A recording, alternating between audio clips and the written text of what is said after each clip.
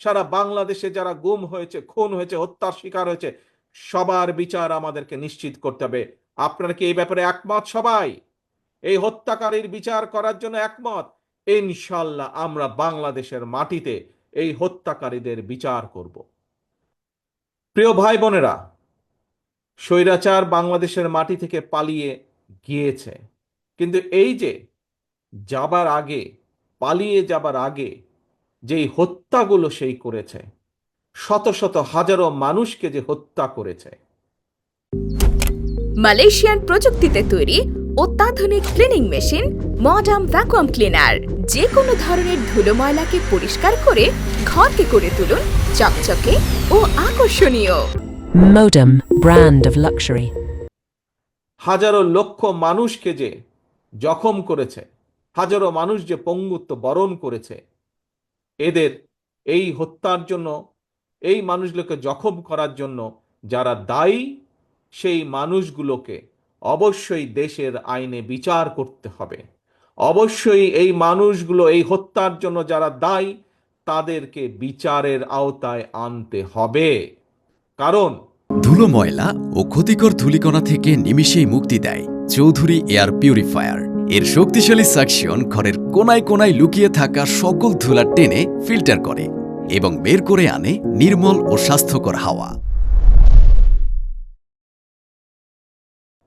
আজ যারা এই হত্যাকাণ্ডের সাথে জড়িত, বিশেষ করে এই হত্যাকাণ্ড, এই খুন গুম, এই জখম যারা করেছে, তাদের যে নেত্রী, তাদের যে নেত্রী 5ই আগস্ট পালিয়ে গিয়েছে, তার যদি বিচার না হয়, তাহলে যারা এত বছর ধরে গুম করেছে, যারা এত বছর ধরে খুন করেছে, যারা হাজারো লক্ষ মানুষকে জখম করেছে, তারা ভবিষ্যতে উৎসাহিত হবে।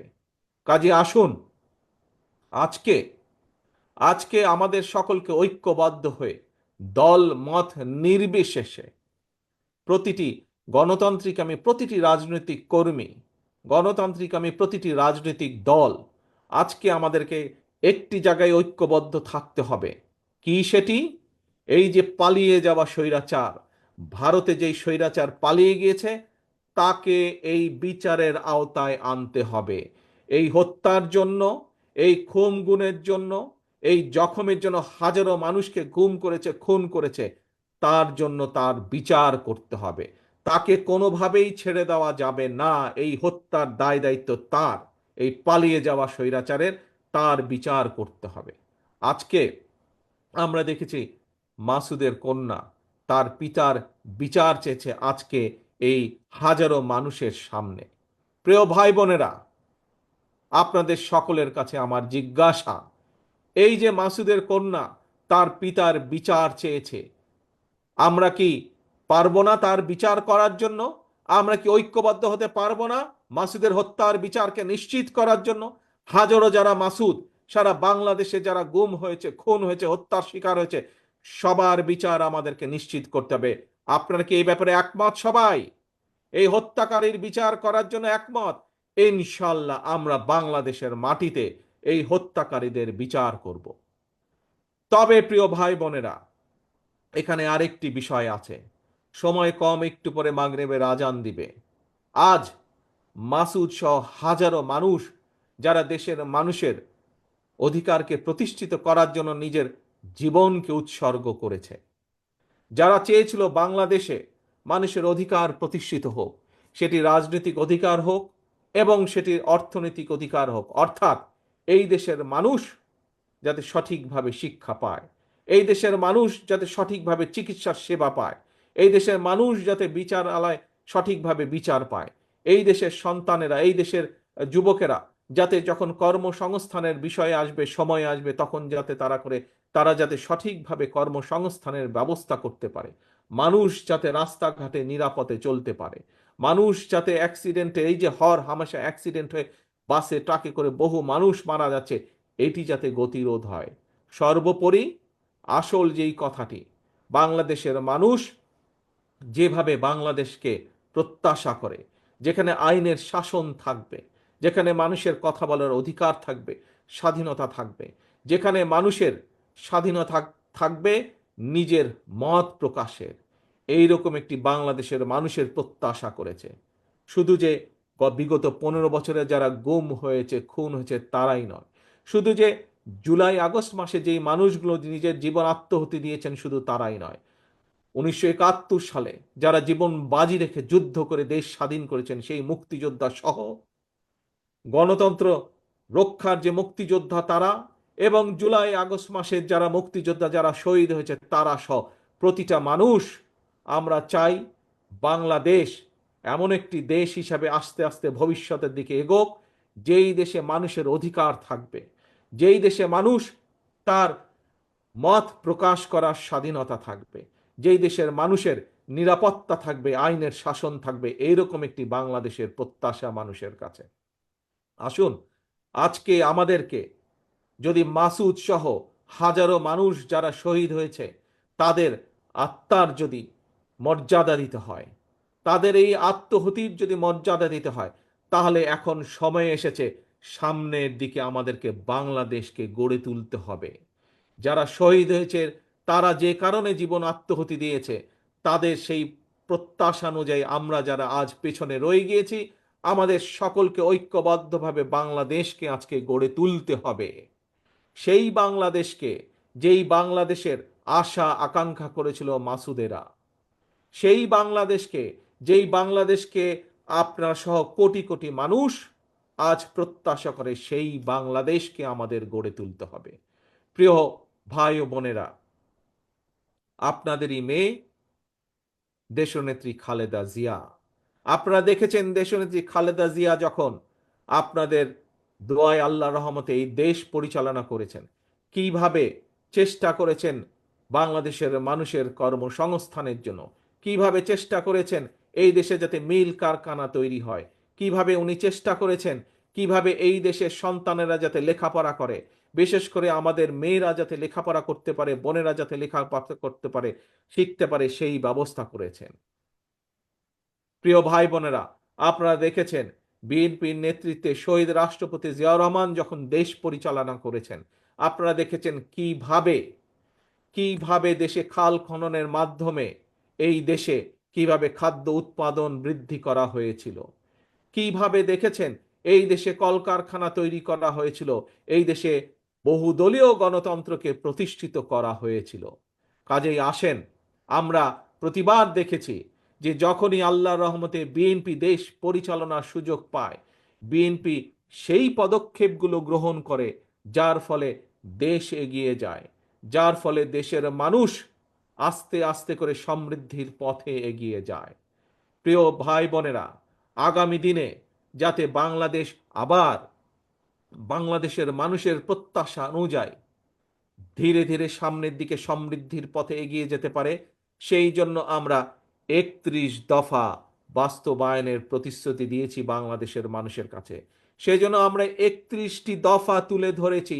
সেই 31 দফার মধ্যে আমরা দিয়েছি কিভাবে কৃষককে তার পণ্যের মূল্য দিব, কিভাবে আমরা কৃষকের কাছে সার বীজের ব্যবস্থা নিশ্চিত করব, কিভাবে এই দেশের মানুষের স্বাস্থ্য সেবা আমরা নিশ্চিত করতে চাই, কিভাবে এই দেশের শিশু সন্তানদের লেখাপড়ার ভবিষ্যৎ আমরা নিশ্চিত করতে চাই, কিভাবে আমরা বেকারদের কর্মসংস্থান করতে চাই, কিভাবে নারীদের স্বাধীনতা নিশ্চিত করতে চাই, এইভাবে আমরা 31টি দফা দিয়েছি। প্রিয় ভাই বোনেরা, আজকে আমরা বিভিন্ন মানুষের কাছে আজকের যেই অন্তর্বর্তীকালীন সরকার, সেই সরকারকে আমরা দেখেছি সংস্কার প্রস্তাবের জন্য কমিশন গঠন করে দিয়েছে। সেই কমিশনের কতগুলোকে দেখেছি আমরা, তারা সংস্কার প্রস্তাব কিছু কিছু উপস্থাপন করেছে এই অন্তর্বর্তীকালীন সরকারের কাছে।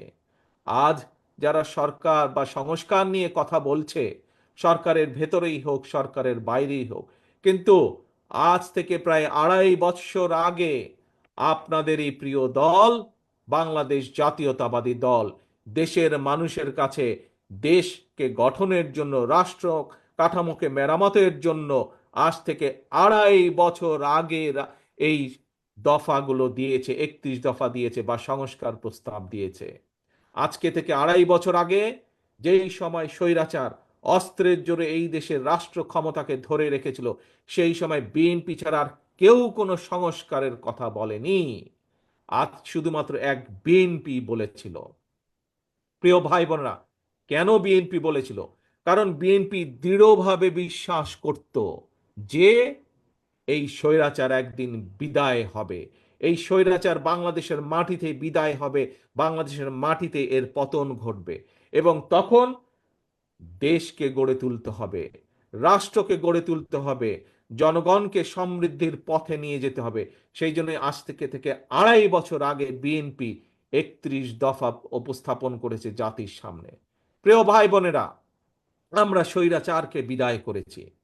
ইনশাল্লাহ সামনের দিনে আমরা জনগণের শাসনকে প্রতিষ্ঠিত করব। আমরা প্রত্যাশা করি যে জনগণ যেই প্রত্যাশা নিয়ে এই অন্তর্বর্তীকালীন সরকারের দিকে তাকিয়ে আছে, যে তারা জনগণের সরকার প্রতিষ্ঠার জন্য সব রকম সহায়তা করবে, জনগণের প্রত্যাশিত সরকার প্রতিষ্ঠার জন্য তারা কাজ করবে। আমরা প্রত্যাশা করি তারা জনগণের সেই প্রত্যাশা পূরণ করবে, এবং যার মাধ্যমে এই দেশে জনগণের সরকার প্রতিষ্ঠিত হবে। এবং জনগণের সরকার প্রতিষ্ঠিত হলে এই 31 দফা বাস্তবায়নের মাধ্যমে আমরা ধীরে ধীরে বাংলাদেশকে এগিয়ে নিয়ে যাব। তবে এখানে একটি কথা বলি, আমরা খেয়াল করছি কিছু কিছু মানুষ সংস্কার সংস্কার সংস্কার কথা বলে সব রকমের প্রক্রিয়াকে দীর্ঘায়িত করছে। পরিষ্কারভাবে আজ আমি এই হাজারো মানুষের সামনে একটি কথা তুলে ধরতে চাই। আজ আমাদেরকে দেখতে হবে সংস্কার সংস্কার করে এটি কি কোনো ষড়যন্ত্র কিনা। যদি সংস্কার সংস্কার করে এই বিষয়টিকে যদি দীর্ঘায়িত করা হয়, তাহলে দেশের সমস্যা বাড়বে। আমাদের যে হারে দ্রব্যমূল্যের ঊর্ধ্বগতি হচ্ছে, যে হারে বেকার সমস্যা হচ্ছে, যে হারে শিক্ষা ব্যবস্থা ভেঙে পড়ছে, যে হারে আইন শৃঙ্খলা ব্যবস্থা ভেঙে পড়ছে, যদি এই সব কিছুকে আবার জনগণের প্রত্যাশা অনুযায়ী গড়ে তুলতে হয়, যদি দ্রব্যমূল্যের ঊর্ধ্বগতির লাগাম টেনে ধরতে হয়, তাহলে অবশ্যই জনগণের সেই সরকারকে প্রতিষ্ঠিত করতে হবে। যত দ্রুত আমরা জনগণের সরকারকে প্রতিষ্ঠিত করতে পারবো, তত দ্রুত আমরা বাংলাদেশকে আমরা তত দ্রুত সমৃদ্ধির পথে নিয়ে যেতে সক্ষম হব। প্রিয় ভাই বোনেরা, আসুন আজকে আজকে যে কারণেই আমরা এখানে হাজারো মানুষ উপস্থিত হয়েছি, আজকে সকলে মিলে আমরা শপথ গ্রহণ করি যে আমরা সেদিনই আমরা মাসুদ সহ সকল শহীদদেরকে যথাযথ মর্যাদা দিতে পারবো, যতদিন পর্যন্ত এই বাংলাদেশের মানুষের শাসন প্রতিষ্ঠিত না হবে। যেদিন বাংলাদেশের মানুষের রাজনৈতিক অধিকারকে প্রতিষ্ঠিত করব, যেদিন বাংলাদেশে মানুষের সরকার প্রতিষ্ঠিত হবে, ভোটের মাধ্যমে দেশের মানুষের সরকার প্রতিষ্ঠিত হবে, সেদিনই আমরা মাসুদ সহ আমাদের হাজারো শহীদের সঠিক আমরা মর্যাদা প্রদান করতে পারবো। আসুন আমরা প্রতিজ্ঞা গ্রহণ করি, যতক্ষণ পর্যন্ত মাসুদের আত্মার সেই মর্যাদা আমরা প্রতিষ্ঠিত করতে না পারবো, ততক্ষণ পর্যন্ত আমাদের সংগ্রাম বন্ধ হবে না, ততক্ষণ পর্যন্ত আমাদের আন্দোলন চলমান থাকবে, জনগণের শাসন যতদিন প্রতিষ্ঠিত না হতে পারে। কি ভাইরা, আমরা এই শপথ নিতে পারি? আসুন আমরা আজকে হাত তুলে সকলে এই শপথ গ্রহণ করি। আমাদের সকল শহীদদের, স্বৈরাচার মুক্ত আন্দোলনের শহীদদের আত্মার যদি যথাযোগ্য মর্যাদা দিতে হয়, তাহলে আমাদেরকে বাংলাদেশের মানুষের গণতন্ত্রের শাসনকে প্রতিষ্ঠিত করতে হবে, এবং যতদিন পর্যন্ত সেই গণতন্ত্র প্রতিষ্ঠিত না হবে, ততদিন পর্যন্ত আমাদের আন্দোলন অব্যাহত থাকবে। ধন্যবাদ সকলকে। তবে এখানে আমাদেরকে খেয়াল রাখতে হবে প্রিয় ভাই বোনেরা, আমাদের ভিতরের কিছু কিছু মানুষ এবং নতুন করে কিছু কিছু মানুষ আমাদের ভেতরে ঢুকে বিভ্রান্তি তৈরি করছে। তারা সমাজে এমন কিছু কাজ করার চেষ্টা করছে যেখান থেকে সাধারণ মানুষ বিভ্রান্ত হতে হবে। আপনাদের সকলকে, এই সকল অনুচরদের বিরুদ্ধে আপনাদের সকলকে সজাগ থাকতে হবে, সকলকে সতর্ক থাকতে হবে, যাতে তারা আমাদের এই গণতন্ত্র প্রতিষ্ঠার আন্দোলনকে যাতে কোনোভাবে তারা ব্যাঘাত ঘটাতে না পারে। প্রিয় ভাই বোনেরা, আসুন আমরা সকলে, এখনই মাগরিবের আজান দিবে, আমি আর বক্তব্য লম্বা করব না, আসুন আমরা সকলে আজকে আমাদের এই স্বৈরাচার মুক্ত আন্দোলনের, স্বাধীনতা যুদ্ধে যে সকল ব্যক্তি শহীদ হয়েছেন সকলের আত্মার মাগফিরাত কামনা করে, এবং যতক্ষণ পর্যন্ত আমাদের আন্দোলন গণমানুষের সরকার প্রতিষ্ঠিত না হবে, জনগণের রাজনৈতিক অধিকার প্রতিষ্ঠিত না হবে, আমাদের আন্দোলন অব্যাহত থাকবে। এই শপথ রেখে, এই শপথ নিয়ে, এই প্রত্যাশা রেখে আমি আবার বক্তব্য শেষ করছি। আল্লাহ হাফেজ। বাংলাদেশ জিন্দাবাদ। বাংলাদেশ জাতীয়তাবাদী দল জিন্দাবাদ।